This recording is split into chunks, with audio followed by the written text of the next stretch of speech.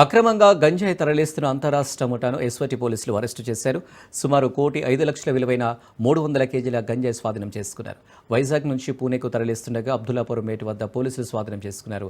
అక్రమ తరలింపు వ్యవహారం బయటకు వస్తుందని డ్రైవర్ ఒక్కడినే గంజాయి వాహనాన్ని తరలిస్తున్నారు.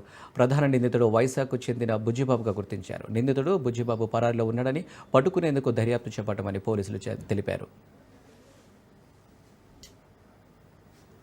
ఇంటర్స్టేట్ డ్రగ్ పెడ్లింగ్ గ్యాంగ్ ని SOT Maheshwaram zone team bust చేసింది. ఇంటర్స్టేట్ ట్రాన్స్పోర్ట్ చేసిన గ్యాంగ్ మెంబర్ ని అరెస్ట్ చేశాం. 300 కేజీ గాంజా అరక్ నుంచి పుణే మహారాష్ట్రకు ట్రాన్స్పోర్ట్ అవుతున్నా ఉంటే మన ఏరియాలో నుంచి వెళ్తున్నప్పుడు మనం ఇది పట్టుకోవడం జరిగింది. దీంట్లో భాగంగానే ఇతను ఒక ట్రక్ దాంట్లో స్క్రాప్ మెటీరియల్ తీసుకెళ్తూ అందులో దాని మధ్యలో ఈ గాంజాను పెట్టుకొని ఉన్నాడు. 300 కేజీస్ 138 ప్యాకెట్స్ నుంచి మళ్ళీ మేము వాటిని ముందు సీజ్ చేసి పంచ్ విట్నెస్ సంతకాలతో మేము లీగల్ ప్రాసెస్ స్టార్ట్ చేసాం.